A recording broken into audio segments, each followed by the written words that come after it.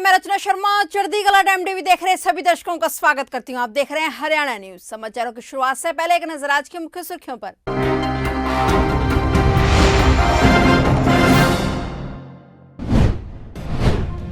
घरौंडा में ज्ञानपुरा के पास एनसीसी अकादमी का निरीक्षण करने पहुंचेंगे सीएम मनोहर लाल। सीएम क्षेत्र को दे सकते हैं बड़ी सौगात। हरियाणा सरकार को हाईकोर्ट से झटका, निजी क्षेत्र की नौकरी में 75% आरक्षण पर लगाई रोक।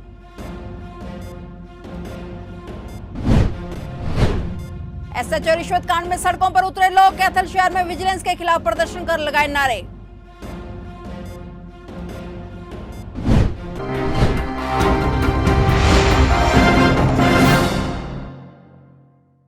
और अब समाचार विस्तार से। पंजाब हरियाणा हाईकोर्ट ने आज हरियाणा सरकार को बड़ा झटका दिया है। हाईकोर्ट ने सरकार को झटका देते हुए हरियाणा के निवासियों को प्राइवेट सेक्टर जॉब में 75% आरक्षण के निर्णय पर रोक लगा दी है। हरियाणा सरकार के इस आदेश को फरीदाबाद इंडस्ट्री एसोसिएशन ने हाईकोर्ट में याचिका दाखिल करते हुए चुनौती देते हुए इसे रद्द करने की हाईकोर्ट से मांग की थी। आज हाईकोर्ट ने इस याचिका पर सुनवाई करते हुए सरकार के इस आदेश पर रोक लगा दी है और इस पर सरकार को जवाब दिए जाने के आदेश दे दिए हैं। बता दें कि हरियाणा के निवासियों को निजी क्षेत्र की नौकरी में 75% आरक्षण प्रदान करने वाले एक्ट को चुनौती देने वाले दर्जनों याचिका पर हाईकोर्ट ने सुनवाई 1 फरवरी तक स्थगित कर दी थी। इस मामले में हाईकोर्ट ने सरकार को नोटिस जारी कर पूछा हुआ है था कि क्यों ना वह सरकार के इस एक्ट पर रोक लगा दे और इस मामले में दायर याचिका में रोजगार अधिनियम 2020 को रद्द करने की मांग की गई है। याचिका में आशंका जताई गई है कि इस कानून के लागू होने से हरियाणा से इंडस्ट्री का पलायन हो सकता है तथा वास्तविक कौशल युक्त युवाओं के अधिकारों का हनन है।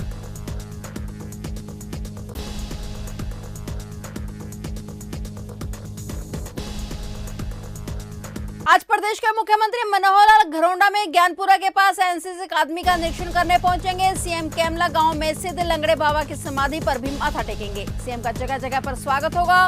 वहीं तैयारियों को लेकर विधायक ने शहर के गणमान्य लोगों के साथ मीटिंग की। उम्मीद जताई जा रही है कि सीएम क्षेत्र को बड़ी सौगात भी दे सकते हैं। मुख्यमंत्री का दौरा है, किस तरह से क्या कुछ कार्यक्रम है? देखिए, माननीय मुख्यमंत्री मनोहर लाल जी समय समय पर प्रदेश में अलग अलग क्षेत्रों में दौरा करते रहते हैं और अपने विधानसभा क्षेत्र में भी उनका अक्सर आना होता है और साथ साथ में अन्य विधानसभाओं में भी मुख्यमंत्री जी दौरा करते रहते हैं। तो कल माननीय मुख्यमंत्री जी घरौंडा विधानसभा में कुछ समय उन्होंने दिया है और कुछ गांवों में उनका जाना होगा। साथ साथ जो हमारे इलाके में एक बहुत बड़ी सौगात मुख्यमंत्री जी ने दी थी, जो कि एक कार्य चला हुआ है एनसीसी एकेडमी का, मुख्यमंत्री जी उसका भी निरीक्षण करेंगे। और ये दौरे में जब वो घरौंडा शहर से भी निकलेंगे तो यहाँ पर भी सभी शहर की सामाजिक संस्थाएं, सभी संगठन, ऐसे सभी सामाजिक लोग मिलकर मुख्यमंत्री जी का सड़क पर एक अभिवादन करेंगे, उनका स्वागत करेंगे। और कल के मुख्यमंत्री जी के दौरे को लेकर सभी जिम्मेवार लोगों ने, सभी कार्यकर्ताओं ने, अन्य सभी जिम्मेवार लोगों ने बैठकर चर्चा की है कि किस तरह की व्यवस्थाएं कल के दौरे में रहेंगी, तो उन्हीं के ऊपर विचार विमर्श हुआ है। दौरे कहाँ पर किस गाँव के हैं? मुख्यमंत्री जी पहले कैमला गांव में आएंगे। वहाँ पर वो जो लंगड़े बाबा का प्रसिद्ध स्थान है, मंदिर है, वहाँ पर वो मत्था टेकेंगे और वहाँ पे ग्रामीण लोगों से मिलकर फिर वो वहाँ से एनसीसी एकेडमी के लिए रवाना होंगे, बरसत और जमालपुर गांव से होते हुए, और एनसीसी एकेडमी में वहाँ पर निरीक्षण भी करेंगे और गांव के लोगों से भी वहाँ पर मुख्यमंत्री जी रूबरू होंगे।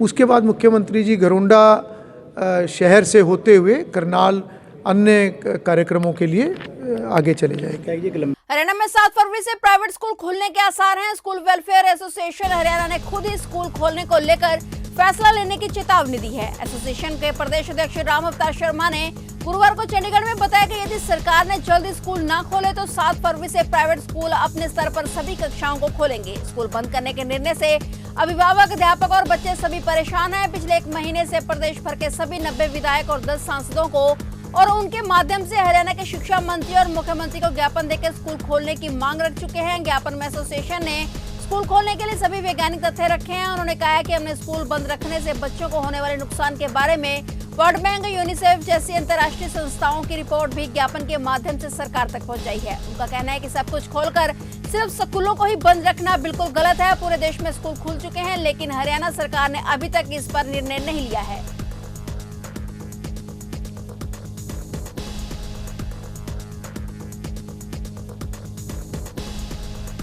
हरियाणा के कैथल में चीका के एसएचओ की गिरफ्तारी के विरोध में सामाजिक संस्थाओं के प्रतिनिधि सड़कों पर उतरकर प्रदर्शन कर रहे हैं। कल शाम पेवा चौक पर रोष प्रदर्शन करने के बाद आज एक बार फिर से लोगों ने सड़कों पर उतरकर नारेबाजी की और एसएचओ की गिरफ्तारी को गलत बताया। बता दें कि विजिलेंस विभाग ने 5,000 रुपए रिश्वत लेने के आरोप में चीका के एसएचओ जयवीर सिंह को कल गिरफ्तार किया था। सामाजिक संस्थाओं के प्रतिनिधियों का कहना है कि एसएचओ एक ईमानदार आदमी है और उन्हें जानबूझकर सोची समझी साजिश के तहत फंसाया जा रहा है। कल दोपहर बाद विजिलेंस विभाग की टीम चीका थाने में पहुंची और रिश्वत के आरोप में काफी देर तक पूछताछ भी की गई। इस पूछताछ में एसएचओ से रिश्वत की राशि बरामद नहीं की जा सकी, इसलिए विजिलेंस की कार्रवाई के विरोध में चीका में भी काफी लोग थाने के बाहर एकत्रित हो गए और सड़क पर बैठकर प्रदर्शन किया। दूसरी ओर कई घंटे तक चली पूछताछ के बाद विजिलेंस की टीम एसएचओ को गिरफ्तार करके अपने साथ ले गई थी। विजिलेंस की इस कार्रवाई को लेकर इलाका वासियों में काफी रोष है।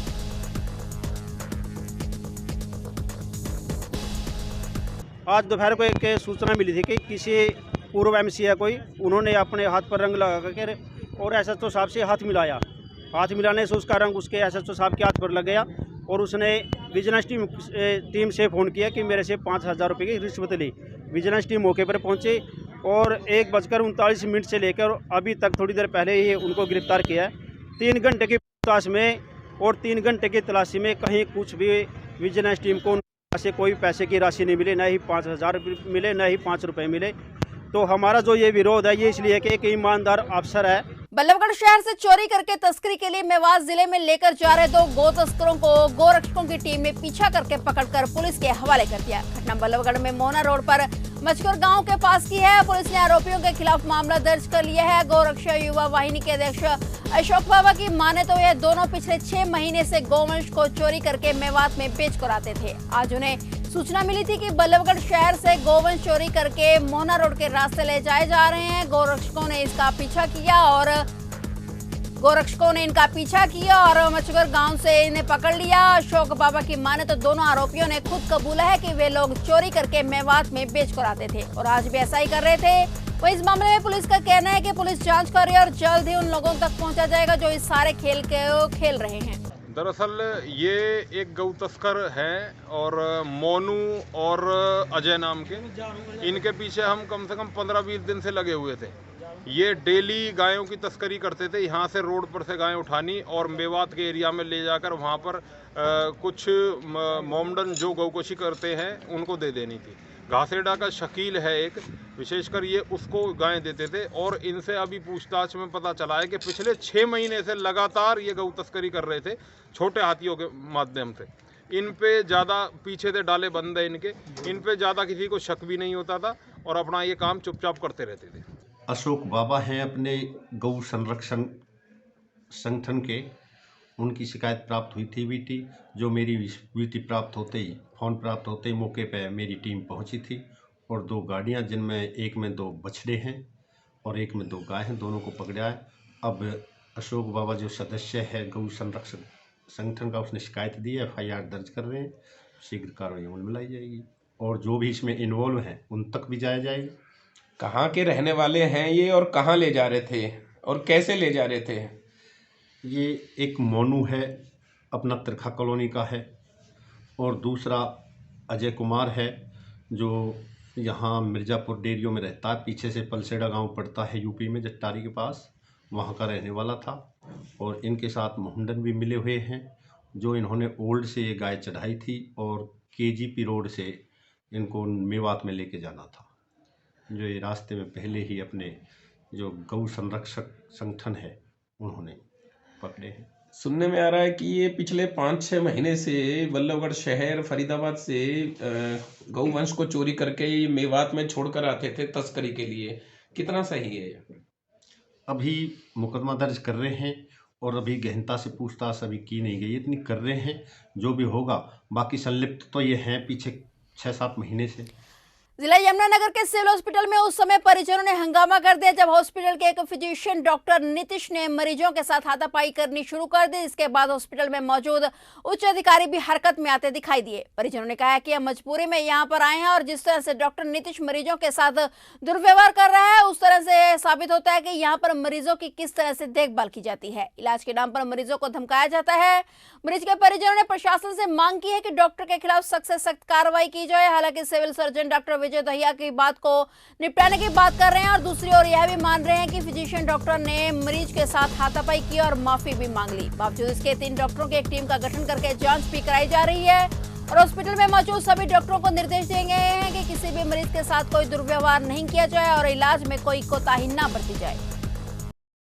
वो सबके साथ मिसबिहेवियर करते हुए आए, किसी को कुछ बोला, गंदी गंदी गालियां देते हुए आए हैं। ठीक है, जब वो मेरे हस्बैंड के पास आए हैं उन्होंने बोला क्या प्रॉब्लम है तेरे को, तो उन्होंने अपनी प्रॉब्लम बताई। का ड्रिंक करता है, तो उन्होंने कहा हाँ जी कभी कभी कर लेता हूँ। तो मैंने बोला हाँ जी कर लेते हैं। ये कह रहा ड्रिंक करता है, साले तू ये करता है वो करता है, तुझे ये नहीं दिख रहा वो नहीं दिख रहा, हम तेरे लिए बैठे हैं। और फिर नीचे करके उन्होंने ऐसे नीचे इसको पड़ा के ना बेड के ऊपर ऐसे खूने मार दिया। खूने के बाद उन्होंने गंदा जूता ना अपना भंडावा मेरे हस्बैंड के सिर पे मारा है। ये भी थे वहाँ पर उन्होंने, यही तो ना, उन्होंने ऐसा क्यों किया है? डॉक्टर है, टीचर थोड़ी है, और टीचर को भी हक नहीं है मारने का, तो उन्होंने उनको जूता क्यों मारा है? मेरे हस्बैंड को मारा क्यों? मुझे भी तो फील हुआ ना। मैं कारण क्या तुम्हारे? यही कि तुम बाल भी फाड़े जी, एक बंदे का नहीं लगा जूता। उन्होंने और मरीजों को भी मारा है।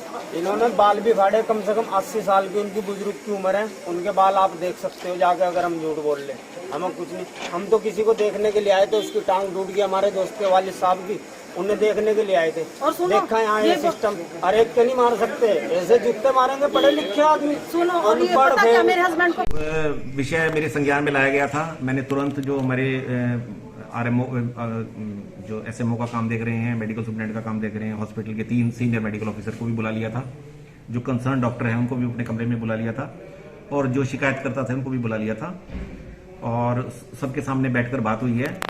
और मैंने उन्हें कहा है कि जो शिकायत आपकी है वो मुझे, अगर आप ये शिकायत मुझे लिखित में दें, मैं इसके ऊपर जो है कार्रवाई करूंगा। लेकिन प्रिलिमिनरी लेवल पे जिस तरह से जो बात हुई है उसके लिए हमने सभी अपने स्टाफ मेंबर्स को इंक्लूडिंग मेडिकल ऑफिसर सख्त निर्देश दे दिए हैं कि किसी भी मरीज के साथ, अगर उसकी गलती भी है इवन, उसके साथ किसी तरीके का दुर्व्यवहार अगर हॉस्पिटल में होगा तो वो बर्दाश्त नहीं किया जाएगा, उस पर हम स्ट्रिक्ट एक्शन लेंगे। और ये विश्वास जो है हमने उनके अभिभावकों को भी, मरीज को भी दिया है, और ये भी उनको मैंने विश्वास दिलाया है कि उनका इलाज में किसी तरीके की कोई कोताही नहीं होगी। और उनको जैसे कहा गया था कि उनको रेफर किया जा रहा है, कहीं रेफर नहीं किया जाएगा। हमारे दूसरे डॉक्टर लगातार उन मरीज की जांच करेंगे, देखेंगे उनको, और हमारे एसएमओ जो है डॉक्टर संजीव की मैंने विशेष ड्यूटी लगाई है कि वो उस मरीज पर और बाकी मरीजों पर भी निगरानी रखेंगे। तो इस तरीके की जो ये थोड़ा सा इंसिडेंट हुआ है, इसके लिए डॉक्टर ने भी खेद प्रकट किया है, माफी भी मांगी है, और उन मरीजों को भी बात समझ आई है कि ये कोई इंटेंशनल नहीं था, ये एकदम से स्टिमुलस ओरिएंटेड जो एक्टिविटी हो गई है, जिसकी वजह से उनको जो है वो उन्होंने अपना खेद भी प्रकट किया है। तो कुछ हद तक जो है मामला एक तरह से तो मैं कह सकता हूँ कि शांत हो गया है, लेकिन इसके बावजूद भी मैंने इसकी प्रॉपर इन डेप्थ इंक्वायरी के लिए 3 डॉक्टर की कमेटी बना दी है जो इसकी जांच करेंगी। इस तरीके की कोई भी पुनरावृत्ति ताकि अस्पताल में ना हो, और एक जो डॉक्टर पेशेंट का रिलेशनशिप है वो ऑनर हो। फरीदाबाद में बदमाशों के हौसले इस कदर बुलंद है कि बदमाश दिन दिहाड़े हुई वारदात को अंजाम देने में नहीं चूकते हैं। हद तो तब हो गई जब फरीदाबाद के चंदावली गांव से सरपंच अंजू यादव के पिता गिरिराज यादव पर सोते हुए 5 से 7 हथियारबंद बदमाशों ने दिन दिहाड़े घर में घुसकर हमला कर दिया। इतना ही नहीं, हथियारबंद बदमाशों ने सरपंच के पिता के साथ साथ घर पर काम कर रहे नौकर और माली के साथ भी जमकर मारपीट की। मारपीट का यह वीडियो सीसीटीवी में कैद हो गया। मौके पर पहुंची पुलिस ने शिकायत लेकर सीसीटीवी के आधार पर आगामी कार्रवाई शुरू कर दी। कोई चौकीदार था, उससे उनकी किसी बात को लेकर पार्क में हुई बता रहे हैं। चौकीदार इनके पास मदद के लिए आ गए, वे चौकीदार के पीछे आए थे जैसे बता रहे अभी मौखिक, और उन्होंने आके सरपंच साहब के साथ मारपीट करी है। और अब कंप्लेंट सरपंच साहब दे रहे हैं, जैसी कंप्लेंट देंगे मुकदमा दर्ज करके शीघ्र कार्रवाई अमल में लाई जाएगी। ऐसा है, हमने पार्क HSID पार्क 1 में चौकीदार जो राम सिंह है उसको छोड़ रखा। कुछ लोग यहाँ चोरी की नीयत से आए, जब उसने रोको टाकी करी तो वो जो है कहने लगे अभी आ रहा, तुझे अभी बताता हूँ। वो मेरे पास, मैं घर पे सो रहा था धूप में अपने कमरे के अंदर, नीचे जो है, तो वो कहने लगा कैसे ऐसे आए। मेरा मैं कोई नहीं आ रहा, तू यार ये कह कहा कैसे लगे होंगे। मैं फिर सो गया चद्दर तान के। अब को 5 मिनट बाद ही जो है एकदम शोर हुआ, धै बड़ावड़। उन्होंने तो मेरे को भी, मेरे नौकर जो रहता है यहाँ रामू जो है उसको भी, अरे कि ये था, और भी जो भी आए उनको सबको धै बड़ावड़ लठ मारने शुरू कर दिया। उन पर तलवार भी थी, डंडे थे। कितने लोग थे ये 10-12 लड़के थे। कहाँ के हैं? ये अभी कुछ बताया नहीं उनने। मैंने उनको बताया भी था, भाई गांव का सरपंच हो, क्या कर रहे हो? तो मेरे घर में क्या कर रहे हो? घर में अंदर बढ़ गए, पूरा तोड़ फोड़ कर दिया। आप देखिए घर में जाकर के साथ में मारपीट करी। मेरे साथ देखिए, ये खुद लगा। थाना नजदीक है, क्या उनको इस बात का भी खौफ नहीं था? मैं यही तो अचंभे में, जब मैं ये सुरक्षित नहीं है गांव का सरपंच होने के नाते, इस गांव में और कौन सुरक्षित रहेगा?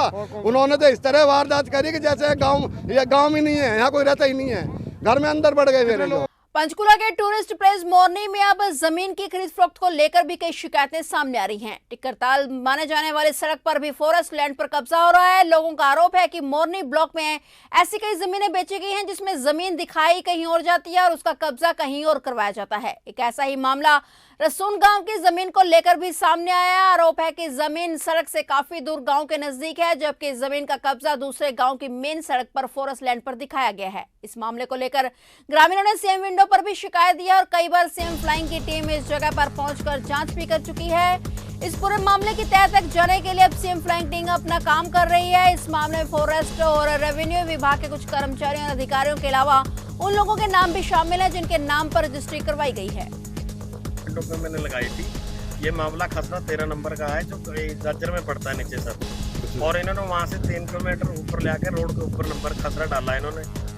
ये 13 नंबर यहाँ पे लेके आ गई खरोक के जंगल में।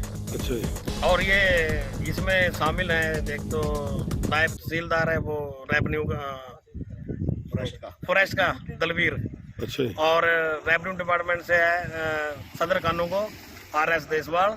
और ये सारे मिलके यहाँ इन्होंने ना जंगल पे कब्जा कर रखा है। 6:30 पे पहुंचा दिया, 6:30 से। तो आज अभी इकट्ठा लोग हुए हैं, तो कौन आना है यहाँ पर? आज सीएम फ्लाइंग के लोग आने वाले हैं जी, पहले भी 2 बार आ चुके हैं। ठीक है। अच्छे। और उन्होंने हमें बुला रखा है यहाँ, हम तो तीसरी बार आए। क्या टाइम दिया था आपको? हमें 12:30 का टाइम दिया गया। तो अब क्या टाइम हो चुका? सर अब टाइम हो गया 1:30 बज गया सर। अच्छा, तो अब तक वो पहुंचे नहीं है? अभी पता लगा सर, अभी पीछे आए हैं। अच्छा, हाँ जी।